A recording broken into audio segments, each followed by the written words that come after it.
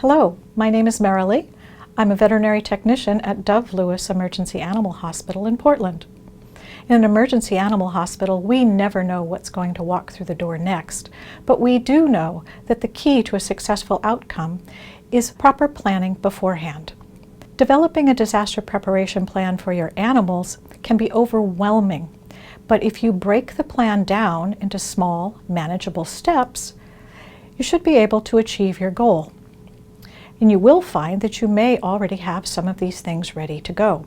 So please follow me as I talk about some of the key considerations in disaster preparation plans for your pet.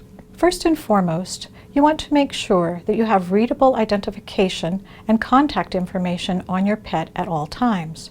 When pets are properly identified, there's a better chance they will be returned home if they are lost or separated from you. Is your pet's collar in good shape? Can someone easily, clearly see your animal's contact information on their tags? If not, it might be time to replace those tags. On the new tag, include your cell phone number, not your home phone number, and the number of an emergency contact outside of your immediate area.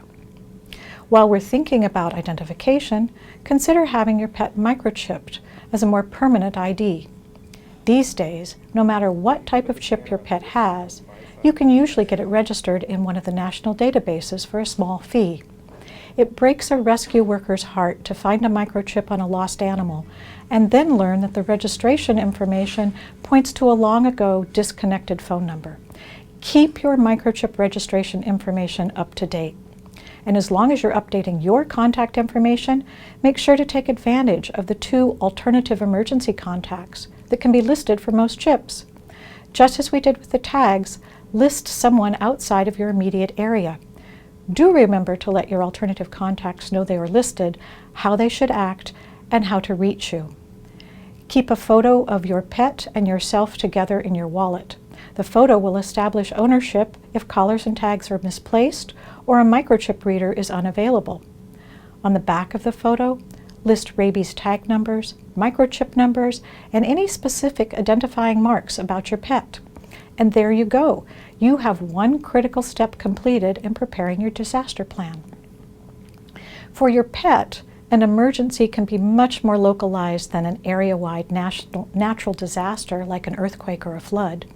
Icy roads, an accident, any restricted access to your home, pretty much anything that prevents you from coming home to care for your pet as expected can create a local emergency. So develop a buddy system with your neighbors or nearby friends to be your backup and provide care in these situations. Exchange contact information about daily routines, and house keys with your backup buddy. Make sure your buddy and your pets are as comfortable with one another as possible. In my neighborhood, we've formed a network of 6 households to provide backup care for our animals. Consider giving your backup buddy a letter authorizing veterinary care for your pet in case of your absence. Without that letter, many veterinarians may be unable or reluctant to treat your pet if the need arises. And to help out your backup care buddy, keep a kit with leashes and food, feeding schedules, medication schedules in a prearranged location inside your home. If part of your agreement is that your care network will evacuate your pets, arrange a safe meeting location away from your home to reclaim your pet some responsibility. Without a backup buddy system, it's always a good idea to keep a rescue decal on your front door to alert rescue workers that there are animals in your home that need attention, and also include on that decal the location of their disaster kit.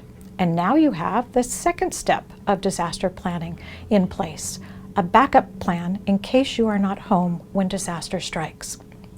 And I just mentioned the word kit, and that's our third step. Pre-made emergency kits come in all varieties, but I recommend you build your own from household supplies. Tailor it to your pets and the possible disaster scenarios that may occur in your area. At a minimum, any good disaster kit should include secure crates and carriers for housing and transport, extra leashes and harnesses, food, water, and medication for up to 7 days, Animal supplies are not stocked as readily after a disaster as human supplies are, so give yourself a few extra days just in case. Also in your kit, include pertinent medical records, especially vaccine records, in case sheltering is necessary. Include sanitation supplies, such as litter and litter pans, pooper scooper bags. Include a pet first aid kit and pet first aid book. Throw in general cleaning supplies, food bowls, small toys and beddings to keep your animal comfortable. On a fairly routine basis, rotate out the food, water, and medications to keep them fresh and effective. Be sure to keep any paperwork in usable plastic bags. And if the care network or backup buddies you have arranged are going to evacuate your pets for you, make sure that your kit is kept in a prearranged location, that it is sturdy, waterproof, and easy for them to grab. Even if you're sheltering in place following a disaster, a contained kit will keep needed supplies together. If you travel frequently, consider a similar, smaller kit for travel use. So take this coming weekend and start your kit. There are lots of ideas on reputable online sites for other items that may be included and may be important for your particular pet. Add those items to your list of things to get if you don't have them on hand, but just get started. Even if at the end of the weekend your kit is only in Ziploc bags and paper grocery sacks, you have a kit. And don't forget to keep up with periodic maintenance of your kit. Well, those first 3 steps were rather easy to accomplish, weren't they? Here's the single hardest task in disaster preparation planning for our animal companions: finding the appropriate shelter or housing for them in case evacuation is necessary. Because of public health concerns, animals and humans cannot always be sheltered together. While there is more emphasis being placed on creating future rescue shelters that accommodate both pets and people, today's reality is that they will likely need to be separated from you, or you must provide for a place for them to be sheltered in a non-shelter setting, such as a hotel or with relatives in a home away from the disaster site. Until you have identified safe housing for your pets right now, don't rail against the existing regulations. Use your energy on identifying where you can go with your pets in case of evacuation. Even if you think you'll never need to evacuate your home with your pets, you need to plan for that possibility. Use the online sites set up by our local government agencies to identify planned evacuation routes out of your area in case of disaster. Start calling hotel and motel accommodations and boarding facilities at a reasonable distance along those possible routes, and see what their pet policies are and their costs for taking in pets in case of evacuation. Contact friends and relatives outside of what is likely identified as a disaster zone and discuss your housing options with them. Never assume that your local animal shelters will be able to help. They will be overcrowded quickly with all the animals whose people did not have a disaster preparation plan in place. If you are ordered to evacuate, take your pets with you. If you are ordered to evacuate, go now, not later.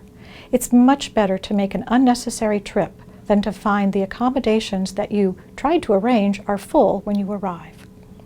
At the first indication by local authorities of impending problems, round up your pets, bring them inside into a secure place. Make sure they're wearing their proper identification, their harnesses and collars are on, their leashes and evacuation sacks are nearby. Their disaster kits are at the ready. Listen to local area broadcasts so you are always aware of the current status changes.